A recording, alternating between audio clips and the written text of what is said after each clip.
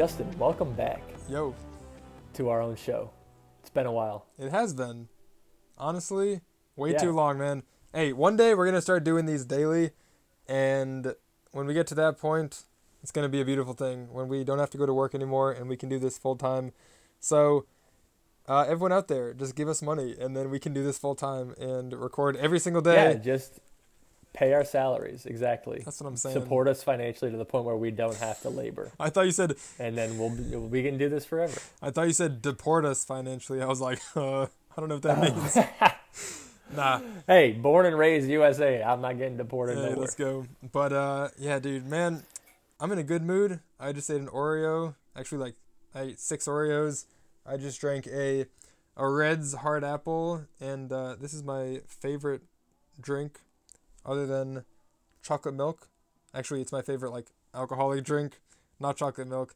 But yeah, I'm in a good mood, and we also just finished recording an episode the same day, literally 10 You're not minutes ago. supposed to say that. Come on, dude. Hey, A dead giveaway. I can delete this out. It's all good. But I'm excited because we get to talk about something that's a lot of fun. And I think we both had pretty much fully positive responses to.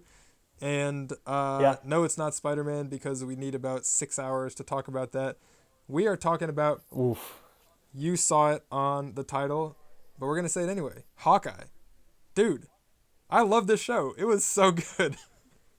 It was so good. Yeah, this show was a ton of fun. Oh my and gosh. you're absolutely right about Spider-Man. We're going to need a full day to record whatever we're going to say about that because, man, oh man, we've seen it.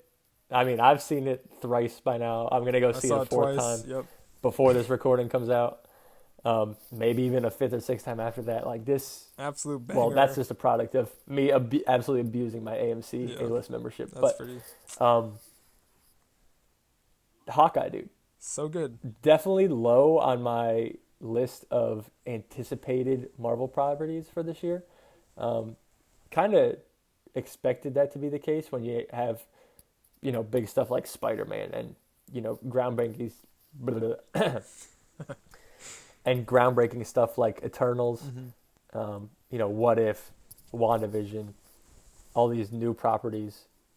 And Hawkeye, they talk about it in the show. He's really nobody's favorite Avenger. I don't know if they're necessarily people clamoring for him to get his own show, but, especially after Black Widow got her own movie, which sucked, by the way. We still haven't done a Black Widow or Shang-Chi review. Yeah, but that's fine. We don't need to talk about Black Widow. Black It's Widow, garbage. Shang-Chi, thumbs up. All right, it's reviewed. We're Yes, that's our review. done. But I guess after Black Widow got hers, it was only a matter of time before, Mhm. all of the original 6 got their own IP. And yeah, I was not expecting much, if anything, from the show. And to be fair, I don't want to be too hype on it. It seems to have very little impact on the MCU. It does not have world-breaking stuff like Eternals or massive implications moving forward like Shang-Chi or Spider-Man. But, man, just what a fun time the show was. Oh, yeah. The Christmas setting. Kate Bishop, Haley Steinfeld was fantastic in this show. Yelena makes an appearance. She was great. And, we can just jump right into big spoilers here. Oh, yeah. Because we don't give a damn about keeping Nope. secrets. Kingpin Crazy. makes an appearance. Yeah. I'll say this. Yeah, I'll say this is the first time ever in the MCU that I have felt like someone that doesn't watch the MCU if they showed up and watched something in the MCU, if that makes sense. Because I have not seen Daredevil. I saw the first 2 episodes and I liked it, and I just was at a point in my life where I was watching a lot of other things, and I think I was in the middle of Sons of Anarchy and Vikings at that point. Didn't finish either of those either. So just the phase where I just was oof. watching so many shows, and then they were switching around streaming services. Actually, that's because Vikings and Sons of Anarchy both got taken off Netflix around the same time. Regardless, I only watched about the first couple episodes of Daredevil, which was before Kingpin got introduced. And so, for the first time watching this, it references something that I'm like, oh shoot, I should know that. And I don't. I'm like, is this what it feels like if someone goes and watches goes and watches Infinity War and hasn't seen Black Panther and sees Black Panther show up and is like, who the heck is this? Like, that's kind of what I felt like. And it was kind of cool and Well, kind of made me Black want to go Panther and got watch. introduced in Civil War, I so I'm know, assuming that they had know. seen that. So Maybe, say I hadn't, you know? get your knowledge right. No, you know what I mean, though. I was like, geez, this must be what it feels like. I don't like it. And I am going to watch Daredevil, but have not yet. But at some point I'm going to. But it was cool seeing Kingpin there, but I could definitely feel that he was not really fleshed out at all. And that was pretty obviously because Daredevil was like kind of where he stole the show. And so I just want to watch that and then be ready to go. Because that was one thing I had a slight tweak with, was just that, okay, if you hadn't watched Daredevil, you have no clue who this guy is or why you should be scared of him. But other than that, I think literally the whole show was just amazing. Like you said, Haley Steinfeld as Kate Bishop absolutely knocked it out of the park. Every single thing that she did was either hilarious or endearing or super thoughtful or like annoying, but in a way that like she grows through. Like everything that happened that she was a part of contributed to the story, contributed to her growth as a character, made for fun moments. That's how you do like a superhero origin story. Clearly she was never the most overpowered person. She was never just like instantly amazing at everything. She never gave up. Like she never got dragged along. Like she was the one actively making stuff happen. Obviously Hawkeye was too, but she just never gave up, kept inserting herself, kept being fun, and just, you couldn't not root for her. She was, in my opinion, easily the best part of the show. And I was not expecting that because I was expecting to love, as I have loved, Jeremy Renner as Hawkeye. And he was awesome too, but she completely stole the show. And I'm so excited to see her in the MCU moving forward. Yeah, she was extremely charismatic. Mm-hmm. I mean, it seemed like this was the role that Haley Steinfeld was born to play. Yeah. And Marvel has said that she was like their dream casting for Kate Bishop. And Marvel has done a fantastic job in the past with casting. And I don't think there's a single character that I've seen from them that doesn't fit the bill of the character that they're trying to portray. And Kate Bishop was no exception. I mean, she completely nailed it.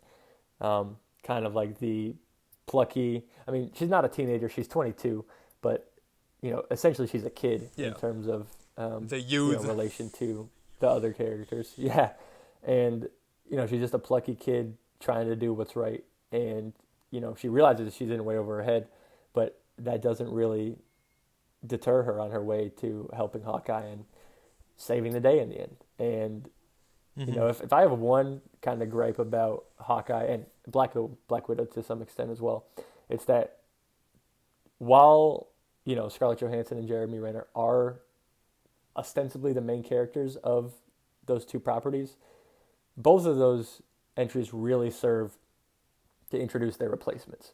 Yelena in Black Widow and Kate Bishop in Hawkeye.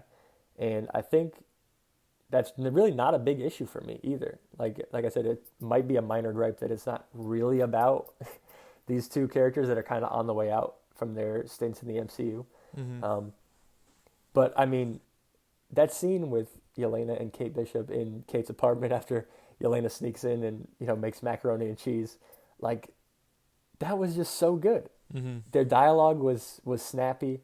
I liked both characters. Like Yelena, clearly the trained lifelong assassin, knowing that she's in complete control, and Kate just trying to hold her ground against somebody she's clearly terrified of, but who's not really there to like hurt her.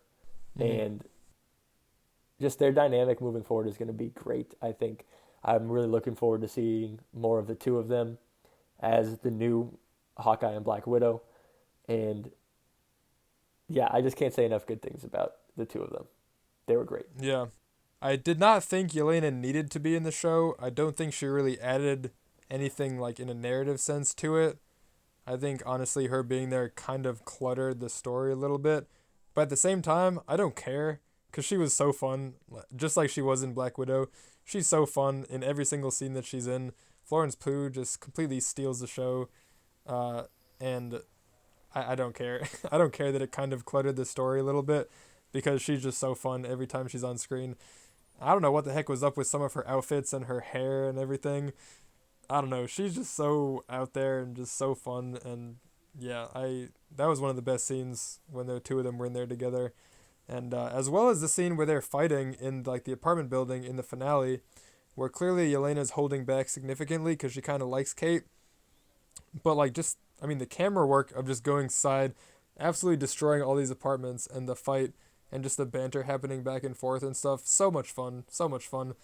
And just like some of the best scenes of the whole series were between the two of them. So even though it didn't really make sense for Yelena to be there, I was certainly happy that she was. And like you said, these two are replacing Black Widow and Hawkeye. Let me get your thoughts on this. Do you think Hawkeye is for sure on his way out? Because Black Widow, obviously, she was dead before the movie came out. Very clearly is passing R.I.P. off. Yeah, rest in peace. Hawkeye is still very much alive. He still very much was doing superhero stuff and didn't seem to be like retiring. He just wanted to be home for Christmas. I mean, clearly he's older and beat up and, you know, he's deaf and all that stuff. But he still very much was like, there's something that I need to do and I'm going to do it even if all of that stuff's against me. And still, like, he didn't really have the attitude of wanting to be done, just wanting to be done with this. And especially at the end there when he gives his wife Laura the watch, which we still don't know exactly what it is, but something to do with S.H.I.E.L.D., right? Maybe she's a former agent or something, I think is the implication. But clearly... Yeah, so let me cut in for a sec. Mm-hmm. So that watch is obviously indicative that Laura is a former S.H.I.E.L.D. agent. Yeah. And if my research is correct, there was a 19 on the watch as well. And Agent 19 in S.H.I.E.L.D. goes by the codename Mockingbird. So not an insignificant character. Yeah. I don't know too much about her lore, but clearly shows that Laura, you know, is not just a normal housewife, which, I mean, you could have guessed. Obviously not. Mean, you can't just marry, like, Hawkeye and not be some sort of espionage In the persona. in the finale of the second to last episode, when he straight up is like, yeah, I'm probably gonna go kill this person, or he's like, I'm gonna go do what I have to, and she's like, yeah, do it. She's like, you don't have to convince me. She's on board with all his She's plays. cool Like, with she it. trusts him to carry out his mission. Yeah. She's speaking multiple languages to him over the phone. Yeah. So clear that, you know, she's not a nobody. Yeah. But yes, she is a former S.H.I.E.L.D. agent. So please continue on your Once point. again, Mockingbird, a name that I only know because of Marvel Champions, my board game, which is an awesome one, by the way. But yeah, like, clearly that storyline is set up to continue in the future, which might just be her, but I would imagine he would be there in some capacity. So I'm really curious if he's actually, like, on his way out, because that seems to be all the indication. But I wouldn't be surprised if we see him at least one more time as Hawkeye, especially now that he has the dope new purple suit, you know, missing the big face eye things, which is a bit of a bummer, but, you know, you can't have everything. I mean, yeah, not a bummer for me. There's no reason for him to have that stupid face mask. It would have been dope, that's why. That's the reason.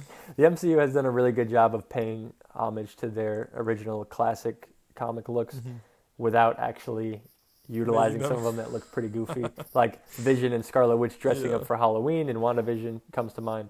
Electro having his, if you haven't seen Spider-Man, it's in the trailer. Dude! It's in the trailer. Oh, it is in the trailer. When it just has, like, the All lightning bolt just for, like, half a second. You know, it's not his outfit, but it just gives a brief homage to it. Yeah, things like that. Yep, okay, you're right. I forgot that was in the trailer, too. Sorry. Yep. But, yeah, I agree with you that it doesn't seem like he's, you know, 100% done here. I could really see Hawkeye taking on a, you know, Nick Fury-esque role as kind of the de facto leader behind the scenes for, like, the new team that's coming up. You know, I have really no reason to believe that. But like you said, it doesn't seem like he's quite done with the hero business. You know, maybe getting a little mileage on his tires, but yeah, I mean, he's still alive. He's got his family, and you know, potentially, well, I mean, we don't know what's going to happen with his kids. Maybe one of them will end up being a hero down the line too. But yeah, it seems like they're not just gonna set up or at least reveal that his wife is a former Shield agent without any further elaboration on that. Mm-hmm. It could just be a nice little tie-in. But I would really love to see Jeremy Renner and Linda Cardellini come back to do more in the future. Yeah. And I think kind of the older, elder statesman, team leader kind of role could be in the cards for him. Yeah. No, I hope that that's the case because I think Jeremy Renner has done an awesome job his whole time. And I know he's getting older. I don't know exactly how old he is. I'm guessing he's in his 50s, but he's definitely getting older. And it, whenever he's ready to be done, I'll be okay with that. But I would be totally fine seeing him in the MCU as long as it can. I had a question that I was going to ask, and I totally forgot what it was. But I just wanted to something you said just now. Oh, I remember what it was. Yeah. So you had said maybe some of his kids become superheroes too. Man, dude, his poor daughter. I don't remember what her name is, but she just straight up got replaced by a way cooler daughter in Kate, who like can shoot arrows. Yeah, her name's Lila. By the way. Yep, Lila. So Hawkeye has been training her. Clint's been training her. We see like in Endgame at the beginning, he's having her shoot the bow and stuff. He bails on that pretty quickly, and is like, I'll raise Kate to be a superhero. Sorry, sorry, kiddo. Hey, well, she already had all the archery training. He doesn't even have to go through all that. That's he true. can just skip right to the next level. Yeah, he there we go. Well, go through. And I wonder if part of it Hawkeye is 101 with Lila. I wonder if part of it as well is the whole idea is he clearly cares about his family's safety, kind of above pretty much everything else, especially after having experienced the blip. And I wonder if there's something there that's just like, hey, I no longer want my daughter to be the one like out on the front lines. But if there's this other person, not that he's like ready to throw Kate out, but because he clearly tries to tell Kate to stop multiple times, and it's only when she's just clearly not going to that he's like, okay, we'll work together. But maybe right. Maybe with his family, he's like, you know what? No, like, I'm not gonna contribute to something that could be dangerous and get you guys killed because I already had to live through that once. And if so, that would totally be reasonable. That's just speculation. We haven't really seen that on screen. But I don't think it'd be out of character at all. Right. Well, counterpoint. It's not like they're gonna lead normal lives either. Like they're clearly not in like public school. Yeah. Going through the daily lives of average American teenagers. Yeah. So I'm sure they have a lot to do left. But yeah, it'll be interesting to see what happens because like you said, Black Widow's not here anymore. R.I.P. So her story doesn't have any more growing to do, but Hawkeye's still alive and still clearly capable of doing some pretty badass stuff. So I would like to see him stick around in the future as well. Even though it's clear that Kate Bishop is now like the team Archer essentially. So yeah, I will say that I think when we had done our previews of the shows and the movies coming up, I had shown hesitancy. I don't know if that's the right word. I didn't initially really like the idea that all of these characters that we know and love are just going to have replacements of themselves. First of all, because I don't want to see the characters we know and love going away. Second of all, because like it also feels kind of cheap, or I felt at the time it would be kind of cheap to have these new characters instantly like piggyback off the popularity of the older characters rather than establishing themselves. And so far, we've had 3 of those, really, right? We've had, well, I guess technically maybe 4. So we've had Sam take on Captain America, which I still am, like, not sure quite what I think about that. But I think overall it'll be a good thing, as opposed to just staying Falcon. We had Sylvie with Loki, which isn't, that was why I said 3, maybe 4. I don't know if that really counts. That one seems to be a purely just like because he's Loki that she is even, anything at all. And then we've had Yelena and like Kate Bishop replacing Black Widow and Hawkeye. And those I think have been absolutely nailed. And so I'm definitely much more optimistic looking forward because I think they've handled better than I thought they would this idea of replacing older characters with new characters, because they're not only just doing that, but also been introducing the Eternals and, Echo, who we get in this series, and Shang-Chi, and all of them, right? And we have way more coming up. I mean, all of the shows next year, none of them are based off characters that we already know. It's like She-Hulk, Moon Knight, Ms. Marvel, like all of these ones. I guess Secret Invasion is going to be based off people we already know. But for the most part, it's all introducing new characters. And so I think they're doing a healthy mix of that, when my initial trepidation was just that they would try to piggyback off the popularity. And that's one thing that I'm still... Ooh, that's a good word, trepidation. Yeah. Yeah. And that's something that I'm still nervous about with the Thor movie, that I'm hoping they don't end up doing, because we know that Jane is going to have the hammer at some point, and I'm hoping that it's not a she's replacing Thor type of deal, but more just a now we have another super person in the family type of deal. Because Thor, I think, reached his peak in Infinity War, and then was, obviously kind of made a joke in Endgame. And so I really hope that they, he seems like he has so much more left of his story to tell.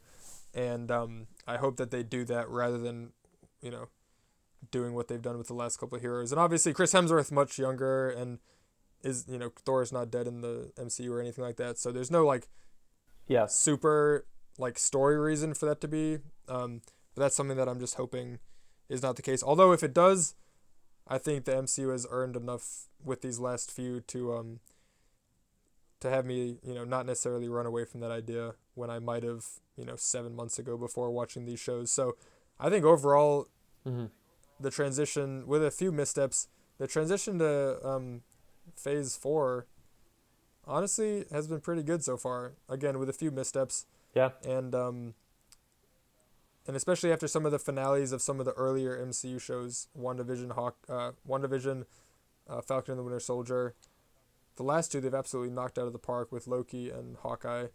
And just a ton of fun finales on both of them. And Hawkeye, oh man. Out of all of the 4 MCU shows that have come out so far, I guess 5 with What If, the 4 live action ones, Hawkeye is the one that I would go back and rewatch first. Doesn't necessarily mean it was my favorite. Clearly doesn't have the biggest stakes in the MCU, but if I was just going to go back and rewatch one of them just for fun, Hawkeye would be the first one that I would go to do. And I definitely would not have said that before watching the show. That's for sure. I would not have anticipated that. I just want to see Kate Bishop pull out an arsenal of trick arrows in the future. So fun. Hopefully they have more of those Pym arrows, because those were completely OP. RIP to those guys RIP to those bros in the tracksuit mafia that got shrunk down and carried off by an owl, because they're definitely gonna end up in some pellet somewhere in New York City. Also, rest in peace to that dude. To those guys. Rest in peace to that dude that lucked out in getting out of an Imagine Dragons concert only to go to a Maroon 5 concert. Are you serious? This dude just hates his girlfriend apparently. He's like, okay, I'll bring you to Imagine Dragons, or even worse, Maroon 5. Oh, I can't believe that. That poor girlfriend. Well, apparently his girlfriend just has terrible taste in music. Apparently. I gotta say. So you hate to see it, man. You hate to see it. Kate might have given him good relationship advice, but maybe he needs to find a new girl if she's into Maroon 5. It's brutal, man. Yeah, that's another thing to like. The Tracksuit Mafia I thought were hilarious throughout the show. They were goofy, and the show knew it. They totally hammed them up. Essentially they were just waves of faceless goons to throw at our heroes at the end, and they were just way more interesting than say the Flag Smashers in Falcon and Winter Soldier. Their political maneuvering just totally didn't do it for me, and I was not compelled by Carly Morgenthau at all, who was supposed to be the main bad guy in the show, and the Tracksuit Mafia was just a bunch of goofy Russian guys that said bro all the time. And they were hilarious. Yeah. I totally enjoyed their appearance in the show. Also, same with Jack. That dude was awesome. There was no way. Oh, dude, didn't even talk about Jack. Jack he killed it. He's just straight out there sorting people. He has no clue what's going on. And he's out there straight up stabbing people. And, it was pretty obvious from a couple episodes on that he was getting set up to be a red herring. I don't think it really surprised anybody that he wasn't a bad guy. But dude, when that little brat comes up to him and is like, "Oh, I was gonna have your wine collection." He's like, "You're not old enough for a wine collection." He's like, "Well, it would taste fine when I did, or whatever." I don't remember the exact quote. Basically, when he tells the kid, he's like, "Remember when you peed yourself in the Hamptons? I do. We all did." And then the kid just walks away. Everybody does. It just Yeah, absolutely Armand Duquesne the seventh. dunked Yeah, on that that kid is a little child. jerk, and he got absolutely alley-ooped on. That was hilarious. I mean, it was a pretty bold move by Jack. Get out of jail after being like arrested for being a suspect in a sword murder, and then just show up to a party with a sword. Like, absolute baller move. But yeah, dude was literally twirling his mustache in the beginning of the show. Couldn't have been a more obvious red herring that he was not the main baddie. And yeah, I He just was great. enjoyed him on screen every He time. was great. He was hilarious. And I hope we see more of him. I hope he teaches Kate how to use a sword properly, and like she just becomes a more well-rounded fighter. Yeah, that would be awesome. I mean, he is the perfect example of a side character that knows it's a side character, is there when there's some comic relief needed or extra tension, like just sprinkled in, sprinkled in, sprinkled in, not the main focus, but just adds so much life. Like, if they had that show without him, it still would have worked and still would have been really good. But just having little moments like him and stuff in there, so good. So good. I Yeah, I love this show. And right now it's between that one and Loki for me. I still think, just given the overall implications of Loki on the MCU as a whole, probably still takes it. But in terms of just fun rewatchability, like when in Loki, you just see the main character get beat up every episode and get made fun of every episode. Like, that's Loki, that's how it goes. But just in terms of like the funness of watching that, I think Hawkeye still takes it. Even though I think Loki is a show that overall I enjoyed more and I think is still a better show. Like I said, if I had to go back and rewatch one now, it would, recency bias accounted for, it would be a Hawkeye.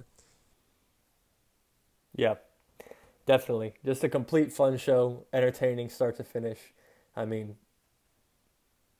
I would rewatch the show in a heartbeat. I give it a glowing recommendation. Again, I think part of it is that it totally surprised me. Like, I did not expect to enjoy the show as much as I did. Like we all said, it was very low on our anticipated of 2021 list. And yeah, totally surprised me with just a heartwarming Christmas story. And I can't say enough good things about the show. Yeah. I am looking forward to seeing more of Kate Bishop and Yelena and Kingpin and Echo, who's getting her own show next year also, and hopefully Jeremy Renner as Hawkeye, is not done yet. So And maybe Lucky the pizza dog, who straight up didn't do anything the whole season but was there. So hopefully he gets something. He was very cute and he ate lots of pizza. But he's gonna be a Skrull. Book it. Lucky's a Skrull. he's just like the cat from Captain Marvel. Oh yeah, the Flerken. The You mean? Flarkin, yeah. Yeah. Maybe he's like Odin in disguise because he has one eye. Who knows? Ooh, Ooh. big theory. All right. Well, we'll see. Probably not, They're but not getting a season 2, unfortunately. we'll see in the but future. yeah, I'm excited to see these characters back. But man, I'm excited. There's a huge lineup coming next year. I cannot wait for Moon Knight. We both put that as our man. most So anticipated good. show, and it still is for me. Obviously, given that we've already watched 5 of them, but man, I cannot wait for Moon Knight. They haven't given an official release date yet, I don't think, but it's going to be sometime first half of the year. So, as far as I know, that's the next one we're getting, and I can't wait for I it. believe so. I can't wait for it, man. But Yeah, we got that and Doctor Strange too coming out in March, I believe. Man, or is it May? I think It might I be think May. it's May. They all got moved I back. think it got pushed back to May. Everything got pushed Yep. back recently. That's Yep. right. Either way, I mean, hey, that's gonna be fire. 2022 is looking solid, dude. We got so much good stuff to look forward to, and like you said, this year got kind of compressed because of all the stuff that got pushed back from the delays from last year, and that contributed to. I saw a calendar of somebody put together a calendar of the whole year with every time there was something of Marvel released, like be it a new episode of a show or like a new movie, and I think there were only like a handful of weeks throughout the year where we didn't get anything. There was like I think the month of May we didn't get anything, and then like a couple weekends here and there where there was no new content. And I mean, I'm totally okay if this is the new schedule going Oh, forward. Like if we just get constant updates. I mean, it makes sense for Disney and Marvel to do that because, not only are they like the biggest franchise out there right now, and biggest franchise ever, honestly, they are staying in the news with new stuff every single week. Like more publicity can't hurt. So as long as they keep putting out good stuff, we'll keep watching. Oh yeah, and I mean, remember when it was a big deal that we got 3 Marvel movies in one year instead of 2? Back in like 2012 or 2013, when we got 3 in one year and it was the biggest deal. Well, we got 4 this year plus 5 shows. We got the equivalent. It was like 2016, I'm pretty sure, but well, yeah. okay, then it was even late in the game, right? Because it was 2 a year up until then.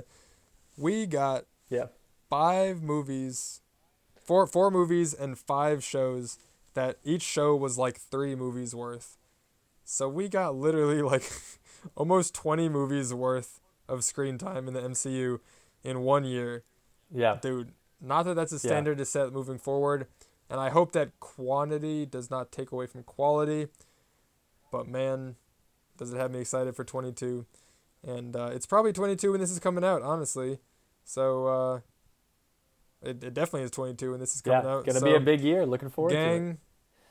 And, but man, I tell you, these marathons are going to get tedious. Not tedious is not the right word. They're going to get hefty in the future. These full watch throughs are going to be gargantuan. One day. But I'm looking forward to them all the same. One day we're going to do a challenge when we get to 1,000 subscribers.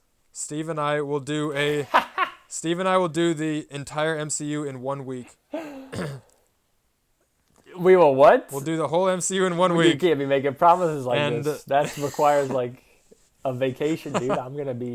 My brain's gonna be melted after that. And it's gonna be glorious. When we can do this full time. By the time we get to 1,000, there won't even be that won't even fit inside a week. It'll be physically impossible. We'll have multiple screens going on. We can have Thor 1 and Thor 2 on the same screen. That's fine. We can have Iron Man 2 and 3 on the same screen. That's fine. We can Hey, don't talk bad about Iron Man 2. I need to watch my man Justin Hammer in all his glory. I want my board. That was terrible, but hey, he wants his bird, man. But I want my board. Hey, when we can do this full time, we'll do it in a week. We'll do some crazy stuff like that. So hey, subscribe, go watch Hawkeye if you haven't, because honestly, we didn't spoil that much.